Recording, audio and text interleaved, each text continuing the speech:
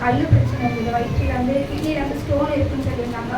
ஒரு 4 வருஷமாக அதுக்காக அவங்க போராடி இருந்திருக்காங்க. நாங்களும் நிறைய டேப்லெட்லாம் சாப்பிட்டோம். அந்த டேப்லெட்லேயே கரைஞ்சிடும் அப்படின்னு. ஆனால் அது கரையவே இல்லை. இருக்கிறதுக்கு அது பெருசாகிடுச்சு. லாஸ்ட்டாக வந்து சர்ஜரி அப்படின்னு சொல்லிட்டாங்க. சர்ஜரி பண்ணிட்டா சரியாயிடும் சொல்லிட்டு சர்ஜரிக்கும் நாங்கள் போயிட்டோம்.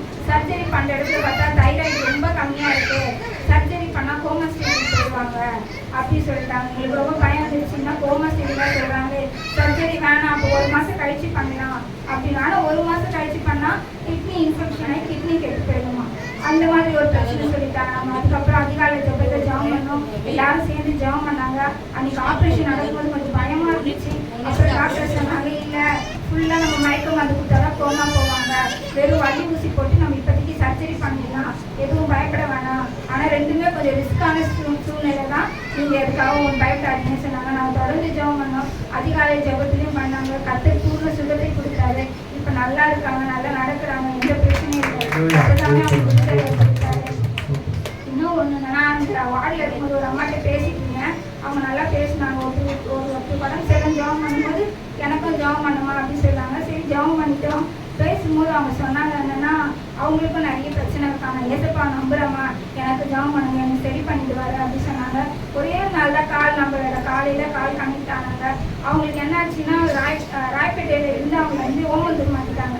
ஓமந்தூர் வந்து ஏன் மாற்றினாங்கன்னு கேட்டால், இல்லைம்மா ஏசப்பா எனக்கு அங்கே கூட ஒரு அற்புதம் செஞ்சுருக்காரு, இங்கே வந்து ரொம்ப அட்வான்ஸான மிஷினா, ராய்பேட்டையில் 1.5 மாதமே எனக்கு எந்த ட்ரீட்மெண்ட்டே இல்லை, ஒரு நாள் தான் ஜபத்தில் இல்லை, இப்போ பாருங்க நான் இந்த ஹாஸ்பிட்டலில் கூப்பிட்டு போயிட்டு அந்த அட்வான்ஸான ட்ரீட்மெண்ட் பண்ண வச்சுருக்காரு என்ன அப்படின்னு சொல்லி ரொம்ப சந்தோஷப்பட்டாங்க. சாட்சி சொன்னாங்க, எனக்காக தொடர்ந்து ஜெபம் பண்ணுங்க அப்படின்னு சொன்னாங்க.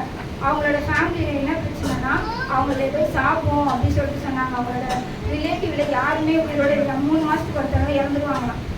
3 மாதத்துக்கு யாராவது கண்டிப்பாக இருந்துருவாங்க. அது குழந்தைங்களா இருக்குமா, பெரியவங்களா இருக்குமா, யாராவது இறந்துனே இருப்பாங்களே, என்னன்னே தெரியும். ஆனால் ரசிக்கப்படாது குடும்பம். ஆனால் அவங்களுக்கு ஒருத்தர் யாரும் சாட்சி சொல்லியிருக்காங்க, ஏசப்பா குறித்து சொல்லியிருக்காங்க. அவங்க குடும்பத்தை ஒருத்தர் ரசிக்கப்பட்டிருக்காரு. அந்த ஒரே ஒருத்தர் பைபிள் கிளாஸ் போய் இப்போ பாஸ்டராக ஊழியத்தில் இருக்கிறாங்க. அந்த குடும்பத்தில் அவங்களோட தலைமுறையிலேயே அவர் ஒருத்தர் மட்டும் தான் உங்களோட ஸ்டடி போயிருக்கோம். அதுக்கப்புறம் அவங்க ஃபேமிலி இறந்தவங்களோட பிள்ளைங்களா இருப்பாங்க, அதெல்லாம் எடுத்து அவர் வந்து வளர்த்துட்டு இருக்காராம். பார்த்தீங்களா, அவருக்கு வந்து எவ்வளோ பிரச்சனை, எவ்வளோ இறப்புக்கு அப்புறம் தான் ஏசப்பாவே தெரிஞ்சிருக்கு. அவங்க முன்னாடி ஒரு வேளை தெரிஞ்சிருந்தா அந்த இழப்புலாம் இருந்திருக்காரு. அவங்க சொல்லும் போது எனக்கு ரொம்ப கஷ்டமா இருந்துச்சு. 3 மாதத்துக்கு ஒருத்தர் இறந்துருவாங்கன்னு போது எவ்வளோ பயமா இருக்கும். தூங்கும் போதெல்லாம் இந்த குழந்தை பிறக்கும் போதே ஏதாவது பிரச்சனையாவே பிறக்குமா. அவங்க சொல்றாங்க, எங்களுக்கு பயமா இருக்குங்க, பிறக்கும் போதே இந்த பிரச்சனை இருக்குமா, அந்த பிரச்சனை இருக்குமா. ரட்சிக்கப்பட்டு என் பையன் வந்து அவங்க ரிலேட்டிவ் பையன் வந்து ஃபாஸ்ட் ஆகி இப்போ ஊழியத்தில் இருக்கும்போது இது வரைக்கும் அதுக்கப்புறம் எந்த பிரச்சனையுமே இல்லையா. அதுக்கப்புறம் அந்த குழந்தை கூட எந்த பிரச்சனையுமே இல்லை. அவங்க சொல்லும் போது ஏசப்படாம அந்த குடும்பத்தை ரட்சித்தாரு, அந்த குடும்பத்தில் ஜீவனை பாதுகாத்துருக்காரு அப்படின்னு சொன்னாங்க. தொடர்ந்து அவங்க குடும்பத்தையால் ஜெபம் பண்ணிட்டாங்க. எல்லாரும் கத்தரிக்கணும்.